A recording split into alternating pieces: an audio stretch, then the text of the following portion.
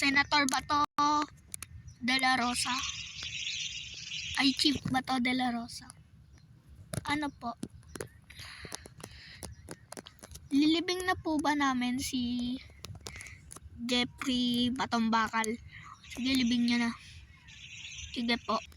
Handa na. May mga pulis na sa likod. Opo, yes sir. Sige.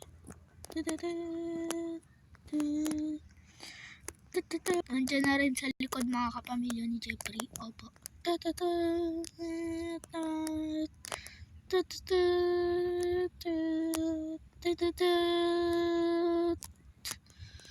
So po pala ang father, ang inyong father. Sana po maging okay lang po si Jeffrey. At dito po sa ating biyahe, bas-basan na lang po sana tayo ng Diyos. Po ang nanay ni Jeffrey. Opo.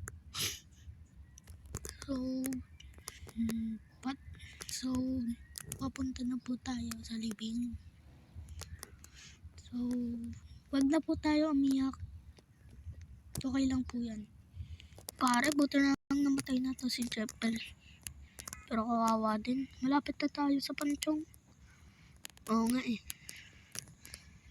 Magliligtas kay Jeffrey. Uy, pare! Oh! Patay. Mga kalaban. Dapat maiyati na natin si Jeffrey. Buksan yung kabaong. Jeffrey, ingat ka lang dyan.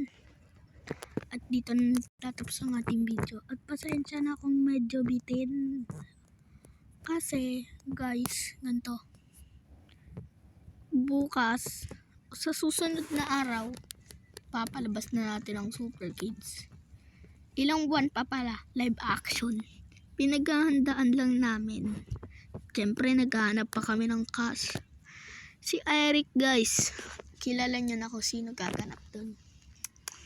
Abangan niyo yan, guys. Tsaka, next